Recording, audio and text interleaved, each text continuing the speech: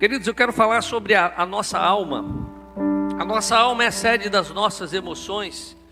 E muitas das vezes a nossa alma, ela está ferida. Ferida pelo que acontece ao nosso redor. E às vezes nós procuramos resolver os problemas da alma em remédios, em fugas, né? E o problema só aumenta. Mas nós encontramos em Deus a resposta para tudo que o homem precisa. Porque, queridos, esse livro, a Bíblia, é um dos livros mais importantes que eu e você nós temos que ter. Por que o diabo tem feito de tudo para que você não leia a Bíblia? É interessante que é o livro mais vendido, é o livro que praticamente tem em todo lugar. E se você não tiver ela escrita, você pode baixar no celular. Mas é o livro que, se nós olharmos, as pessoas não leem como deveriam ler. Infelizmente, o diabo tem feito de tudo para te afastar da Bíblia. Porque ele sabe que se te afastar da Bíblia, você se afastará dos projetos de Deus. É por isso que quanto mais perto da Bíblia eu estiver, mais perto de Deus eu vou estar. E, queridos, esse livro vai me desviar dos caminhos ruins e me colocar no caminho de Deus. Se a gente estivesse lendo a Bíblia como a gente fica curtindo o celular, né? Só ali, estivesse passando o capítulo, né? Mas infelizmente, nós não temos tido a prática de ler a palavra de Deus. Ela tem cura. A Bíblia ensina tudo. Você quer ficar rico? Na Bíblia. Você quer emagrecer? Na Bíblia. Eu sei que tem um monte de irmã que vai falar: pastor, onde está o texto? Vai ler que está lá, entre Gênesis e Apocalipse você encontra. Tem tudo. Como casar, como manter o casamento. Esse é o livro mais completo que existe. Criar filhos é a Bíblia. É por isso que eu e você nós temos que ter o hábito de ler a palavra de Deus. Por isso que o salmista diz: escondi a tua palavra no meu coração, para não pecar contra ti. A palavra de Deus, ela tem que ser lida e praticada. Vamos para Jeremias capítulo 17, versículo 9 em diante. Enganoso é o coração, mais do que todas as coisas, e perverso. Quem o conhecerá? Eu, o Senhor, esquadrinho o coração e provo os rins, e isto para dar a cada um segundo os seus caminhos e segundo o fruto das tuas ações. Queridos, muitas pessoas acreditam que no meio cristão, no meio do povo de Deus, não existem muito conhecimento. Acreditam que a maioria dos pastores, a maioria das pessoas que buscam a presença de Deus são contra a ciência. Mas muito pelo contrário, o que nós pastores estimulamos é buscar a ciência. Tanto é que eu fui estudar. Eu fiz 4 faculdades, eu tenho 4 cursos superiores, eu tenho 2 mestrados. Eu procurei estudar para poder o quê? Ter conhecimento, para não sair falando sem conhecer o que eu estou falando. Infelizmente tem gente que não estuda, né? Aí abre igreja aqui, a igreja ali, cada teologia que está totalmente fora da palavra de Deus. Mas a Bíblia, ela contém todas as verdades que nós precisamos. É por isso que nós, o povo de Deus, nós estimulamos. Quando uma pessoa tem um certo tipo de enfermidade, a gente ora, mas a gente manda ir no médico. Nós cremos que a ciência foi dada por Deus. Nós cremos que Deus vai usar o médico para curar. Tem um amigo nosso que é médico, ele é cirurgião, e antes de cada cirurgia ele ora com os pacientes. E tem paciente que fica preocupado, né? Por que o senhor está orando? Porque se o médico está orando, é grave assim, doutor? Ele fala: não, é porque eu sempre oro antes de qualquer cirurgia, porque as minhas mãos são instrumentos de Deus. Então nós cremos nisso. E eu quero falar um pouco sobre emoção, porque hoje de manhã o pastor Diego deu uma palavra sobre isso. Eu quero dar uma palavra sobre isso, porque já tinha preparado, ele preparou também, mas eu quero dar uma ênfase diferente nas questões emocionais. Lá em Jeremias, quando ele fala que o Senhor sonda os corações, é porque no Antigo Testamento as pessoas acreditavam que as emoções elas estavam no coração.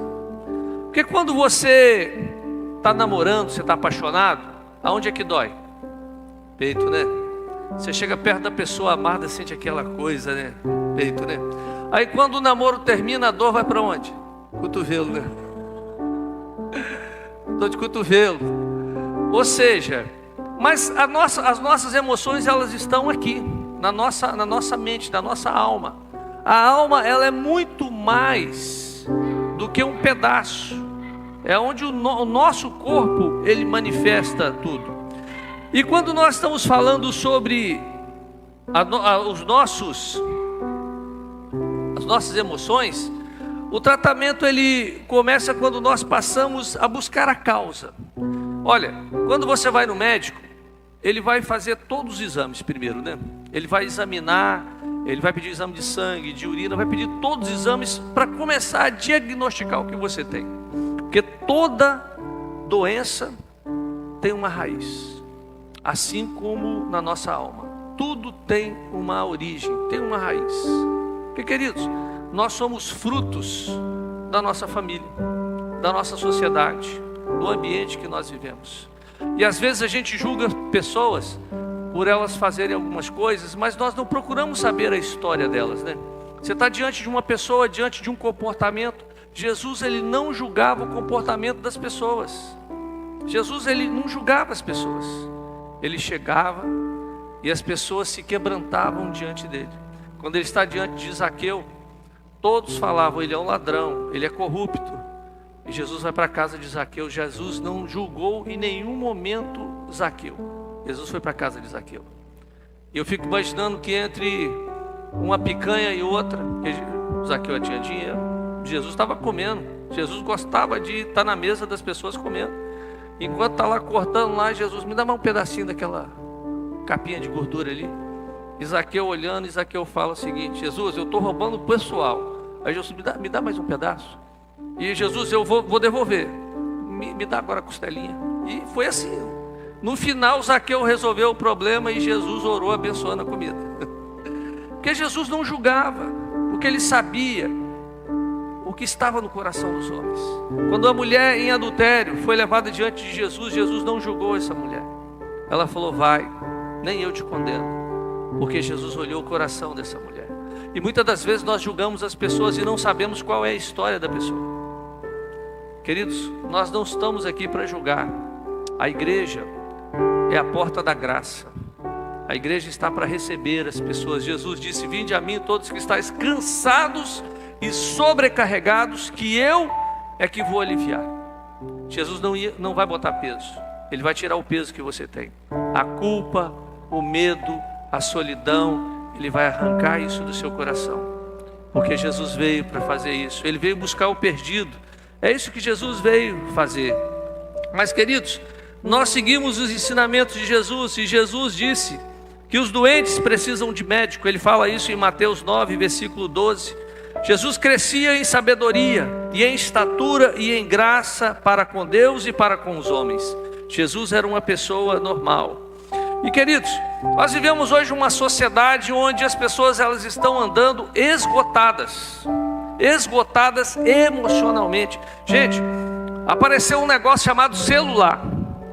Todo mundo aqui tem um, né? Todo mundo pensou, vai diminuir a carga de trabalho. Nada, agora você trabalha 24 horas. Seu chefe te manda mensagem 10 horas da noite, 5 horas da manhã. Ainda mais se você trabalhar com o Deninho, né? Aí 3 horas da manhã ele está mandando, vamos trabalhar. É assim que a sociedade hoje está vivendo. E nós vivemos nessa correria de mostrar resultado, de dar resultado.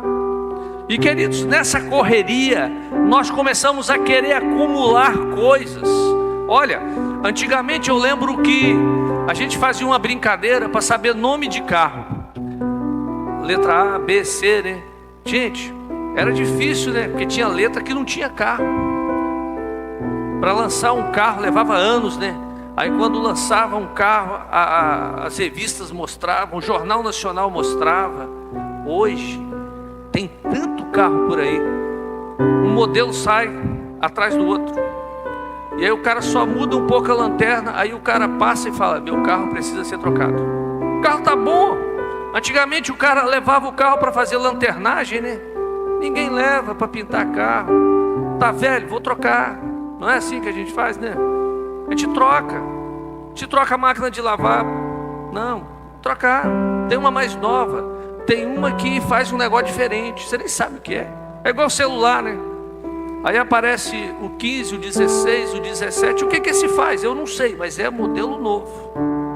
Aí nós estamos comprando o que não precisamos, com o dinheiro que nós não temos, para agradar pessoas que nós não conhecemos. Não é assim? Aí fazemos dívidas. Aí a dívida gera o estresse, gera preocupação, gera o medo. Aí vem as doenças da alma. Aí, querido, a nossa alma começa a ficar doente. Aí nós começamos a fazer o quê? Aí chega a hora de dormir, o sono não vem, porque você está ansioso, você está preocupado. Aí nós entramos naquela ciranda dos remédios para dormir.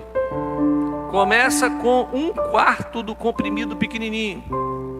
Aí depois 1/4 já não funciona. Aí já vai meio. Quando você assusta, você tem que tomar um mata-leão para dormir. Não é verdade? Se está acontecendo com você, não precisa levantar a mão. Mas, gente, farmácia não faz propaganda, né? Estava passando agora em Jacaraípe. A Drogazil já abriu 2 perto e está abrindo uma 3ª. Aí a Pacheco vem do outro lado. Aí apareceu uma tal de Indiana agora. E está assim. Não precisa de propaganda. O que mais vende são os psicotrópicos. É ou não é verdade? E no Brasil nós temos uma vantagem, né? Não precisa de receita. Tem farmácia que não precisa, né? Aí você vai lá e compra. Ninguém lê a bula, porque todo mundo quer a solução imediata. E, queridos, nós temos que estar cautelosos com relação a isso, porque a maioria das doenças que envolvem a alma do homem são resolvidas pela palavra de Deus. E nessa noite eu quero falar um pouco sobre isso. Nós vamos usar a palavra de Deus para que você entenda que Deus, Ele quer trazer aquilo que está lá escondido na sua alma, no seu coração, e tratar à luz da palavra dele. Jesus, Ele disse: não andeis ansiosos por coisa alguma. E quando Jesus fala nesse contexto do Sermão do Monte, havia uma grande multidão que estava vivendo uma época muito complicada, e aquela multidão estava ali, e Jesus, Ele fala: não andeis ansiosos por coisa alguma. Olhai as aves dos céus, não semeiam nem colhem, contudo vosso Pai Celestial as alimenta. Olhai os lírios do campo, não tecem nem fiam, contudo nem Salomão em todo o seu esplendor se vestiu como um deles. O que Deus estava dizendo? Que eu e você, nós temos um Pai. Amém? É por isso que a oração do Pai Nosso, ela começa, que é a oração mais linda que existe, que todo crente, todo cristão deveria fazer todo dia. É: Pai Nosso que estás nos céus. Quando começa, ela começa: Pai. Gente, a palavra mais linda que existe é Pai. Quem é pai sabe disso, né? É tão gostoso você ouvir essa frase, né? Pai. Pai. É lindo. Alguns estão ouvindo avô, né? Vô. Diz que é melhor ainda, né, Daniel? Diz que é melhor ainda, vô. Mas essa palavra Pai, ela bate lá fundo, no fundo do seu coração. Pai, porque quando o filho fala assim: Pai, você sabe, alguma coisa ele quer, né? E o pai, que é provedor, ele já põe a mão no bolso: quanto é, meu filho? O que você precisa? Esses dias eu achei um negócio interessante, né? O Luiz estava ali, e o menino do Luiz, o Joshua, aí pediu o pai para comprar algo ali na cantina da igreja. Aí o Luiz virou assim: tô sem dinheiro, filho. Aí o menino: faz pix, pai. Eu falei: um menino desse tamanho já está sabendo uma série de negócios. Porque na cabeça da criança, o pai é o provedor, é o pai que vai dar, o pai pode tudo, o pai faz, o pai vai trabalhar. Ele sabe que o pai vai fazer isso, e o pai faz mesmo, porque o pai é pai. E, queridos, nós temos um Deus que é pai. Ele está dizendo: eu cuido de tudo. Não se preocupa não. Terceira Guerra Mundial, não se preocupa. Inflação, não se preocupa. Se eu cuido das aves do céu, se eu cuido dos pássaros, eu cuido de você. É por isso que ele fala: não andeis ansiosos. É por isso que na Bíblia existe 365 vezes a palavra não temas. Uma para cada dia do ano, né? Não temas. Deus está no controle de todas as coisas. Mas, queridos, como eu falei muitas das vezes, nós fomos criados em famílias que o pai não cumpriu o papel do pai. Muitos pais foram embora antes da hora, ou faleceram, ou muitos são filhos, tem pais que são verdadeiros ausentes, né? Ou seja, é órfão de pai vivo. Isso é a pior coisa que pode haver, né? Um filho conviver com um pai que não dá atenção. Porque pensa só, se o pai está lá, para você que é pai, você tem que tomar cuidado com isso. Seu filho, quando eu falo filho, estou falando de filha também. É muito importante. Tudo que passa nessa fase, até os 12, 15 anos, vai desenvolver a segurança e o caráter dele. Imagina que a criança, ela chegou com um carrinho, com a rodinha solta. Pai, ou a boneca com o braço arrancado. Pai, conserta para mim. Aí o pai está assistindo um jogo. Está vendo um Flamengo, gente? Essa porcaria desse time. Está lá assistindo o Flamengo, né? Se ainda fosse o Cruzeiro, né? Mas vendo o Flamengo. Pensei que, tá vendo? O pessoal concordou comigo. Estou vendo que não tem muito flamenguista aqui mesmo não, hein? Mas está lá assistindo um jogo. Aí o pai vira para o filho e fala assim: estou ocupado. Aí, o que o menino entende? O que eu estou fazendo não é muito importante para ele. Aí esse menino cresce. Aí quando ele se torna um cristão na fase adulta, aí falam para ele o seguinte: Deus é pai. Aí na hora de orar, ele vai ter dificuldade.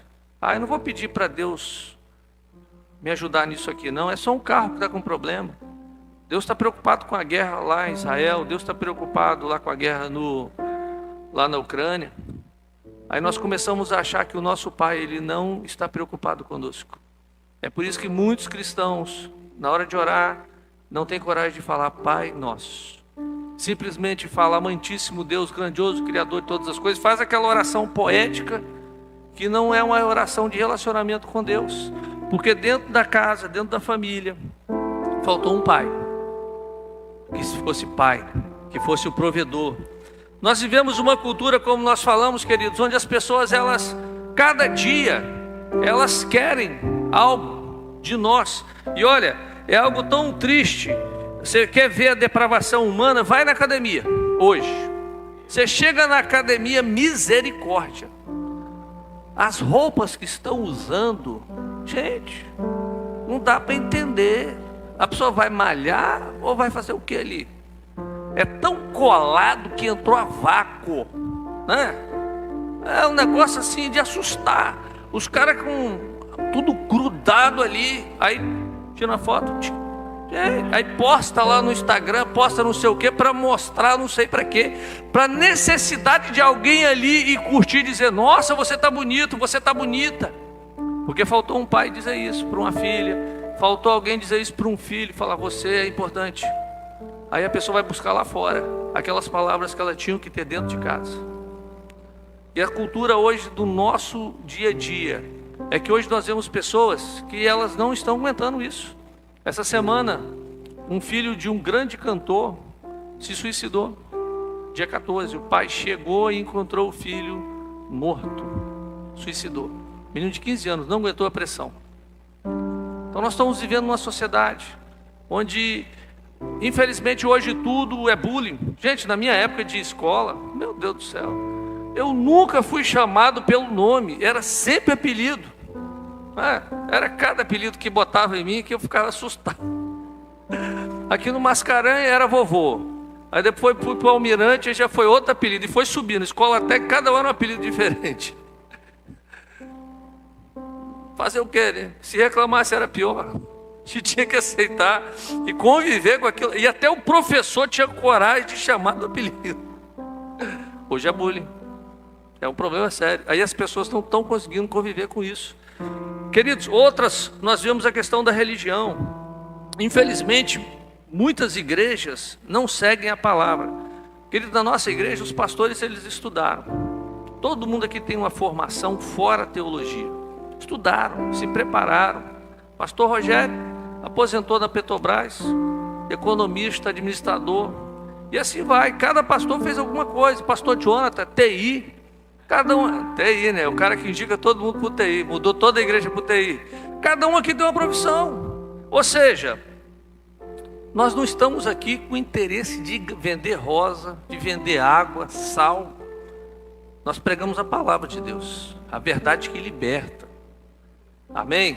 Esse é o objetivo da igreja. Nós não podemos criar coisas para prender as pessoas. Eu fui pastorear uma igreja que tinha uma norma: a saia das mulheres tinha que ser 3 dedos abaixo do joelho. Eu li aqui, eu falei, quem está medindo esse negócio? Né? Corta cabelo, não corta cabelo, cheio de normas, de regras.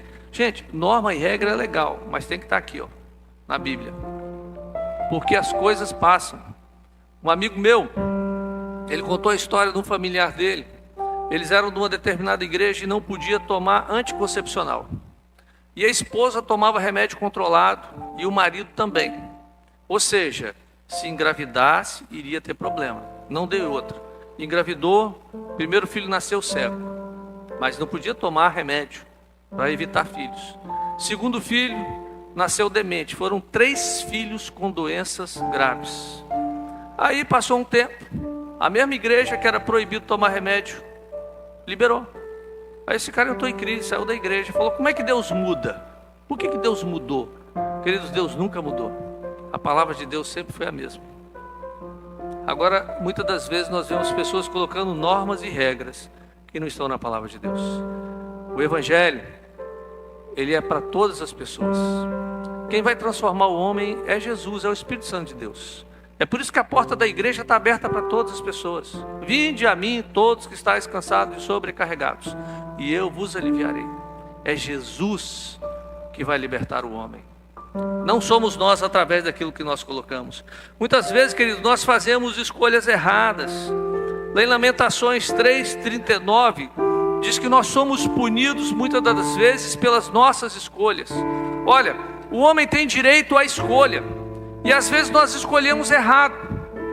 Aí você escolhe, você vai casar, aí você olha para a moça pelo corpo, você olha pelo rapaz pelo dinheiro. Estou falando assim, mas pode ser o inverso, né? Aí casa, aí dá B.O., né? Um orou. É por isso que antes de casar, gente, você tem que procurar com a lamparina, né? As noivas estavam esperando o rei, elas estavam com as lamparinas, as virgens. Você tem que procurar mesmo.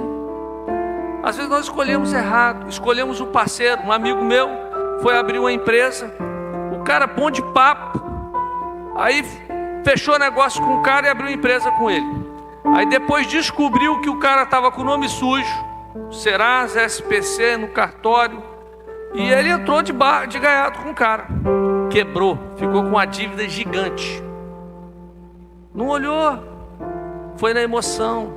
Nós temos que tomar cuidado, porque nós somos guiados muitas das vezes pela nossa emoção. Olha, na emoção, Caim matou Abel, um irmão matou o outro. Na emoção, Moisés, em vez de tocar na rocha, feriu a rocha, deixou de entrar na terra prometida. Cuidado para você não ser guiado pelas suas emoções. As nossas emoções levam a escolhas e a parcerias, aí depois nós ficamos sofrendo, né? Fica sofrendo depois, porque escolheu errado. Então nós temos que ter cuidado com isso. Às vezes nós abandonamos a Deus, e lá em Romanos 1:28, a palavra de Deus diz que Deus os entregou a um sentimento perverso, para fazerem coisas que não convêm. Queridos, quando o homem se afasta de Deus, as consequências vêm. Olha, andar na presença de Deus, Ele promete que nós teremos lutas, mas teremos vitórias. Agora, quando nós nos afastamos de Deus, vai dar tudo errado, gente. Vai dar errado no casamento, nos negócios, no trabalho, em tudo vai dar errado. Por isso que nós temos que nos aproximar de Deus. O homem, ele foi criado por Deus com um vazio tão grande aqui dentro, que só pode ser preenchido por Deus. Por isso não tem como você viver uma vida de paz e prosperidade sem Deus. Não tem. Porque Deus vai te dar o destino. Deus, Ele vai te dar a melhor escolha. Você vai ter dificuldade? Vai ter. Vai ter alguns problemas? Vai ter. Mas Deus vai estar ali como socorro bem presente, para te auxiliar nos momentos que você precisar. Tem pessoas que não sabem lidar com a graça. Como eu falei, nós somos pessoas de emoção. Gente, nós precisamos andar do lado de pessoas. Por que na nossa igreja nós temos o discipulado? Discipulado é andar junto com alguém. Alguém para você falar, para você compartilhar. Às vezes nós não sabemos lidar com a emoção. Imagina, tem gente que é tão crente, que se ela passa e chuta uma pedra, ela fala: glória a Deus, Deus botou a pedra aqui para me abençoar. Não, rapaz, você chutou a pedra, você não vai xingar, mas você vai falar: ai, doeu. Tem gente que espiritualiza tudo. Em certa ocasião, um amigo meu morreu, e no velório dele, eu chorei muito, porque era um amigo muito próximo, e a esposa dele parecia que tipo assim: não, ele foi ali na esquina e está voltando. Ela estava consolando todo mundo. Não, daqui a pouco a gente está com ele no céu. Não, daqui a pouco. E eu falei: cara, será que eu sou pouco cristão, tão pouco crente assim, essa mulher tão espiritual? Que eu estava chorando, eu estava sentindo, e ela ali. Passou alguns meses, essa mulher entrou em depressão. Porque tem hora que você tem que chorar. Tem hora que você tem que rasgar o peito e chorar. No velório você tem que chorar. Você é humano, as emoções elas vêm. Você tem que orar, você tem que chorar, você tem que abrir o coração. Nós não podemos ficar fechados. Você não é menos ou mais espiritual se você se manifestar nesses momentos. Tem hora que você tem que gritar. Tem hora que você tem que falar: Senhor, socorre. Tem hora que você vai falar: Senhor, não estou aguentando mais não. Passa esse cálice. Jesus fez isso, gente. O Filho de Deus, ele chegou num ponto que ele falou: Senhor, passa de mim esse cálice. Porque estava pesado. Tem hora que vai estar difícil. Nós não podemos confundir a graça. Às vezes nós achamos que espiritualizamos demais as coisas. Queridos, o Senhor conhece cada um de nós, Ele sabe quem nós somos. Agora, algo que corrói o homem, e que a gente sempre tem falado aqui na igreja, é a falta de perdão. Queridos, o perdão, a falta de perdão, paralisa o homem. Quando você não perdoa, você se torna cativo do ofensor. Talvez a pessoa nem se lembre da ofensa, e ela está lá dormindo tranquilo na cama dela, e você está tomando remédio para dormir, porque você fica direto se lembrando: ah, fulano me traiu, ah, fulano me deu um golpe, fulano me levou dinheiro, ah, a pessoa fez isso comigo, e você está ali remoendo aquilo, e aquela ferida ela vai te corroendo, e daqui a pouco você não dorme, aí você começa a viver a poder de remédio, entra em depressão, ansiedade, aí vem as doenças psicossomáticas, aí quando você vê, você está com câncer, porque a sua alma precisa liberar perdão. Perdão, o próprio nome diz, é perda. Quem libera perdão fica no prejuízo. Perdão é morrer. Jesus, para perdoar pecados, ele foi para a cruz. A única forma dele perdoar a humanidade foi morrer. E a única forma de eu e você perdoar é morrer para aquilo que nos causa mal. É por isso que o cristianismo, ele faz com que as pessoas entrem nessa luta. Porque, queridos, o cristianismo diz que eu e você nós temos que morrer. Jesus disse que quem não nascer de novo não entra no céu. Tem que morrer. E como é que é morrer, pastor? É morrer para o que está aqui fora. Porque, gente, eu já contei essa ilustração, mas pensa só, camarada, torcedor fanático de um time de futebol. Vamos usar o Flamengo, né, que é o time que a gente gosta mais de cutucar, né? Também está o Flamengo. Mas o Daniel que está aqui é mais fácil. Daniel flamenguista, daqueles bem flamenguista, mesmo enjoado. E aí Daniel morre. Tá cedo ainda, Daniel. Tá cedo ainda. Mas Daniel morre. E a Andressa sempre foi vascaína, mas escondida, né, por causa do marido. Aí a Andressa resolve pregar aquela peça, né? Usando o Vasco, tá? Por uma questão só de comparação, tá? Porque tem um vascaíno ali atrás ali. Aí a Andressa vai e fala: agora eu vou me vingar. Aí manda preparar, bota a roupa do Vasco, do Daniel. Caixão preto e branco. bandeira atrás, flores, tudo. Aí o pessoal chega e fala assim, mas ele não era flamenguista? Aí ela se converteu.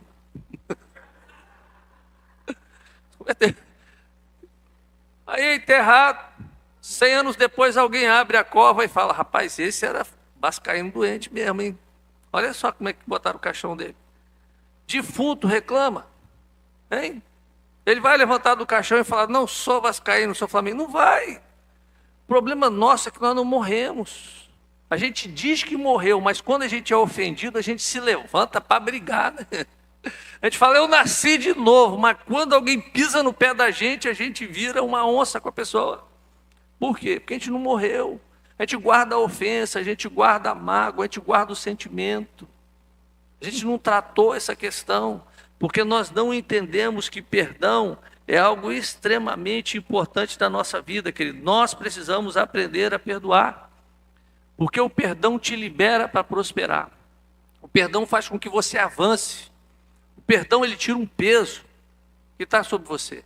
Por que eu estou falando sobre isso? Porque, queridos, hoje, a grande maioria das pessoas que estão passando por dificuldade é porque simplesmente não conseguiram liberar o perdão. Aí vem, como eu falei, né? Depressão, vem ansiedade e vem tantas coisas. Conheço pessoas que foram para o suicídio, quase completaram isso por mágoa. A coisa se tornou tão grande, tão forte, que a pessoa não conseguia lidar com isso. Mas, vamos lá, o que a palavra de Deus diz que nós podemos fazer para sermos curados? Queridos, nem Freud, nem Carl Roger, nem Lacan, nem nenhum desses grandes pensadores ou teóricos tem a verdade. Mas a palavra de Deus diz em Romanos 8:2 que o Espírito de vida nos livrou da lei, do pecado e da morte. Provérbios 17:22 diz que o coração alegre é bom remédio. Provérbios 14:30 diz que o coração com saúde é a vida da carne. Então, queridos, o salmista Davi, ele chegou num ponto, ele disse assim, cordéis da morte me cercaram, angústia e sequidão se apoderou de mim. Então clamei ao Senhor. Aí ele diz, o Senhor é longânimo, o Senhor é perdoador, o Senhor é bom. Queridos, muitas das vezes, a primeira coisa que nós temos que entender é que a palavra de Deus é suficiente. Hebreus 4:12 diz que a palavra de Deus penetra na divisão da alma e do espírito. Nenhum psicanalista, nenhum psicólogo consegue chegar na divisão entre alma e espírito. É onde está tudo guardado, onde são as nossas emoções. Só o Espírito Santo de Deus chega lá. Só a palavra de Deus abre os nossos olhos. E aí, queridos, quando nós começamos a orar e a falar com Deus, falar das nossas dificuldades. Olha, tem hora que você tem que falar para Deus, Senhor, eu não consigo. É se derramar diante de Deus e pedir por misericórdia. A Bíblia diz que o nosso Deus é misericordioso. Ele tem a solução. Tem hora que nós temos que falar, Senhor, eu preciso do Senhor. Eu não vou conseguir se o Senhor não fizer, se o Senhor não agir na minha vida, eu não vou conseguir. Porque, queridos, fugir para uma medicação é paliativo. Agora, quando nós vamos para Deus, nós encontramos a cura, porque Ele nos ouve e Ele leva, porque a oração, queridos, é a maior terapia que pode haver. Olha, se você for num bom psicanalista hoje, ele vai te cobrar no mínimo uns 350, 400 reais numa sessão de 50 minutos. Isso por baixo, que hoje está muito mais. Aí você vai no psicanalista, você fala lá 50 minutos, ele começa a te perguntar, e aí, como é que era o seu pai? Como é que era a sua mãe? Aí você fala, aí no final ele fala, ó, semana que vem você volta, passa o pix ali para a secretária, beleza. Aí você sai e fala, cara bom, hein? Tô leve. Mas o que ele fez? Ele te ouviu. Nós precisamos de pessoas assim. Pessoas na igreja, pessoas ao nosso lado que você possa ligar e falar, ó, estou precisando conversar. Vamos tomar um café. E abre o coração e fala, ó, tá assim, eu quero pegar a minha mulher, eu quero esganar ela. Eu quero pegar o meu marido, eu quero dar um corretivo nele. Aí você vai falar e no final a pessoa, vamos orar. Aí vai embora e fala, uau, tô leve. Porque você falou. Né? Pedro diz o seguinte, lancem sobre ele toda a vossa ansiedade. Ou seja, o que está te preocupando, fala com Deus. Lança sobre Ele, porque Ele tem cuidado de nós. Queridos, nós precisamos nos relacionar com pessoas. Ninguém consegue viver sozinho. Você precisa ter alguém para você abrir o coração e falar das dificuldades que você está passando. Nós precisamos das pessoas. Na Bíblia, nós encontramos alguns homens que para mim são exemplos. José. Você conhece a história de José, né? José era o filho favorito. E o que aconteceu? Jacó tinha um filho que ele amava mais, era José. E os irmãos odiavam José por causa disso. Quando José chegava, todo mundo saía. Ninguém chamava Josué para jogar bola. Ele sempre era rejeitado, porque o pai o amava mais do que os outros. E José, por causa disso, os irmãos bateram nele, jogaram ele num buraco, queriam matar, mas decidiram vender ele como escravo. Foi ser escravo na casa de Potifar. Trabalhou bem durante muitos anos. Mas chegou um ponto, o que aconteceu? A esposa de Potifar deu em cima de José. Mas José, mesmo não tendo uma Bíblia que fala não adulterarás, ele sabia quem era Deus.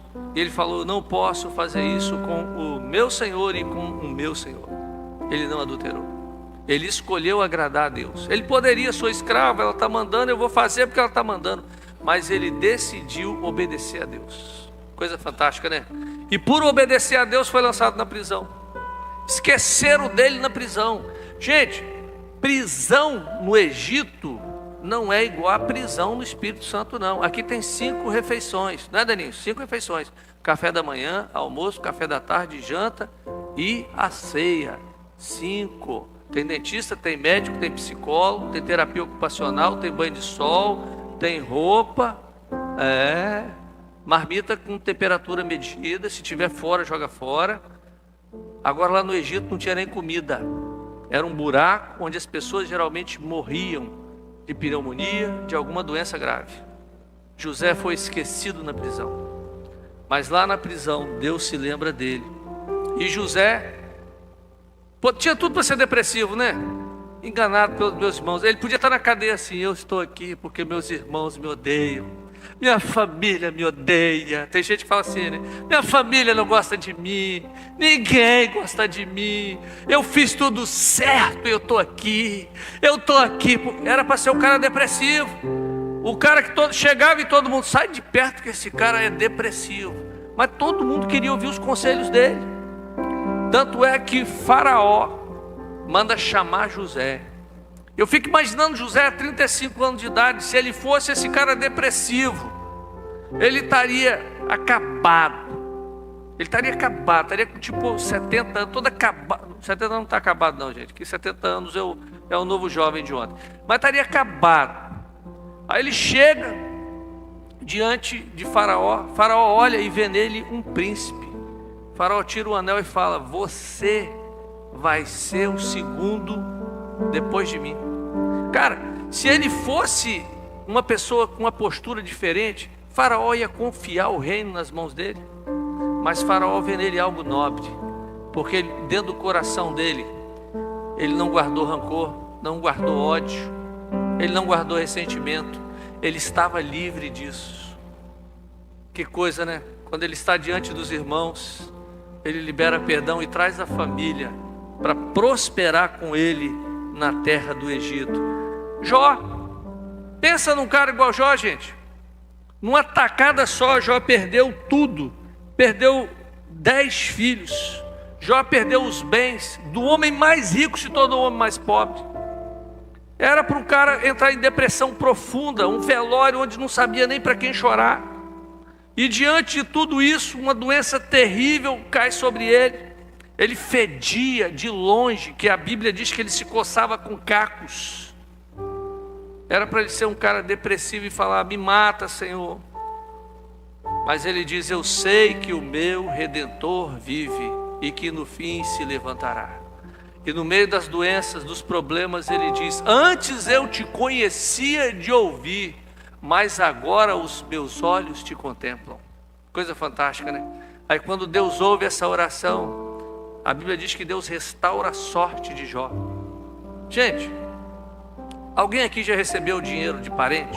Parente chega na casa do Tiago Martins, um parente fala: Tiago, vou te dar 50 mil, toma aqui, Tiago. Aí chega outro parente: Tiago, ó, estava passando ali no banco, toma aqui 200 mil. Foi o que aconteceu com Jó. Os parentes começaram a dar dinheiro para Jó. Gente, parente dar dinheiro é milagre. Se Deus não agir, parente geralmente vem pedir emprestado. Milagre. A Bíblia diz que Jó se tornou muitíssimo rico, e foi dinheiro que as pessoas deram para ele, porque no coração dele não havia nenhuma mágoa, nenhum rancor. Nós encontramos na Bíblia um homem fantástico, e para mim é Paulo. Paulo é o cara que foi o cara que escreveu na Bíblia aquilo que para nós é a base teológica do Evangelho. Ele fala da graça. Somos salvos pela graça mediante a fé em Cristo Jesus. Paulo foi perseguidor do Evangelho, matou muita gente por causa do Evangelho. E Paulo se converte. Aí Paulo vem servir a Jesus. Aí Paulo fala: esquecendo-me das coisas que para trás ficam, prossigo para o alvo. Paulo não ficou preso no passado, ele não ficou olhando o passado, ele olhou para frente. O problema é que muitas das vezes nós ficamos olhando para trás. E queridos, quem não olha para frente, vai tropeçar e vai cair de novo. É por isso que nós olhamos para frente. E no final da carreira, Paulo diz: combati o bom combate, acabei a carreira e guardei a fé. Um homem de Deus. Outra coisa, queridos, o poder do pensamento. Olha, Filipenses 4:8, Paulo na prisão, depois de falar sobre não andar ansioso, ele diz: quanto ao mais, irmãos, tudo que for nobre, tudo que for de boa fama, tudo que for positivo, tudo que for agregar, tudo que for bom, pensa nisso. Gente, o nosso pensamento tem que ser o quê? Coisa boa. Se eu olho para uma pessoa, eu tenho que pensar coisa boa. Às vezes nós olhamos para as pessoas e nós só pensamos o mal das pessoas. Nós só vemos o defeito nas pessoas, né? Quem fica olhando defeito não pode nem se olhar no espelho. Quem vai olhar no espelho já vai: meu Deus do céu. É por isso que eu olho no espelho e eu falo: Senhor, o Senhor caprichou, hein? O Senhor exagerou, hein? Né? A autoestima está lá em cima. Tem que ser bom, você tem que pensar o bem, o melhor de você, o melhor das pessoas. O nosso pensamento tem que ser: vai dar certo, vai dar certo. Eu fico imaginando Thomas Edison, 1000 testes para a lâmpada dar certo. Tem gente que não teria inventado a lâmpada, porque na primeira vez que o filamento abrisse, isso não vai dar certo, isso não funciona. O cara foi ali 1000 vezes, e gente, não foi 1000 vezes apertando o botão não. Enrolava o filamento, dava vácuo, ligava, aí queimava, enrolava o filamento, o cara ficou ali, ó. Aí hoje você tem uma lâmpada, porque teve uma pessoa que não desistiu, né? E quantas vezes nós ficamos presos no passado. Outra coisa que Jesus disse lá em Mateus 6,34: basta a cada dia o seu mal. Gente, amanhã é segunda-feira, pastor tem tanta conta para vencer, e daí? É segunda-feira. E se você morrer hoje à noite? A conta fica, né? Basta cada dia o seu mal. Porque mês que vem, porque o ano que vem. Basta a cada dia o seu mal. Viva um dia, cada dia de cada vez. Viva cada dia de cada vez. E caminhando para encerrar, ter uma boa expectativa da vida. Jesus disse que os olhos são a candeia do corpo, são a lâmpada do corpo. Se os seus olhos forem bons, todo o teu corpo terá luz. Coisa fantástica, né? Eu acho que o Sermão do Monte, se Jesus só tivesse falado isso, já teria valido a pena. Porque quando você olha com um olhar positivo, tudo vai dar certo. Você olha para o dia, está chovendo, que maravilha, a terra precisava. Está sol, que bênção, a semente vai germinar. Você olha para sua esposa e fala: vai dar certo. Você olha para o seu marido e fala: vai dar certo. Você olha para o seu filho e fala: vai dar certo. É assim que nós temos que ver. Querido, se você viver olhando a vida com o olhar que Deus tem sobre a sua vida, você vai ver que tudo vai dar certo. Talvez agora a sua história não está do jeito que você gostaria. Talvez você está no meio de uma tempestade, de um turbilhão de coisas acontecendo. E você fala, pastor, o senhor falou tudo legal, mas está tenso. Queridos, Deus conhece o final da história. E Ele pode mudar a história. Ele conhece o final da história. Ele sabe o final da história. Você está preocupado com agora, mas Deus sabe o que vai acontecer no final da história. É por isso que a nossa fé está no Senhor. A nossa confiança está em Deus. Nós confiamos em Deus. Olha, pode ser que você esteja vivendo um tempo de angústia e tenha marcas profundas na alma, ou esteja tentando superar vários problemas, melhorar sua qualidade de vida, mas de repente a tristeza tomou conta de você. Mas querido, se você começar a orar e aí colocar o seu coração diante de Deus, Ele pode curar as feridas. Eu quero te convidar a ficar em pé. Eu quero orar. Deus pode curar todas as feridas. Não importa, queridos, quem mais vai causar dor em nós são as pessoas mais próximas. Quem mais vai nos ferir são as que mais nós confiamos. Olha, se você passa ali na padaria, uma pessoa que você nunca viu, ela fala, você é feio, tanto faz. Mas se você chega em casa e uma pessoa próxima a você fala, você é feio, dói, né? Se você foi traído por alguém de longe, dói, mas pouco. Agora, quando a traição é perto, dói muito. Não é verdade? Você foi abusado por alguém que deveria cuidar de você. Dói. Dói muito. A mágoa fica. Mas nós temos que prosseguir. Nós não podemos ficar parados naquilo que nos machucou. Nós temos que avançar. Porque, queridos, Deus quer que nós avancemos. É por isso que o Espírito Santo de Deus, Ele pode restaurar a nossa alma. Talvez você veja aqui hoje, nessa noite, só para ouvir essa palavra. Eu queria convidar você, que quer colocar a dor que está no seu coração, para vir aqui à frente. Nós vamos orar juntos, entregando ao Senhor aquilo que tem nos machucado, aquilo que tem nos impedido de prosseguir, de prosperar. A vida faz isso conosco. A vida faz isso. E às vezes pessoas que deveriam nos amar nos machucaram. Mas está na hora da gente deixar essa carga e caminhar. Enquanto nós adoramos, eu quero te convidar para sair do seu lugar e vir aqui à frente, para a gente orar junto.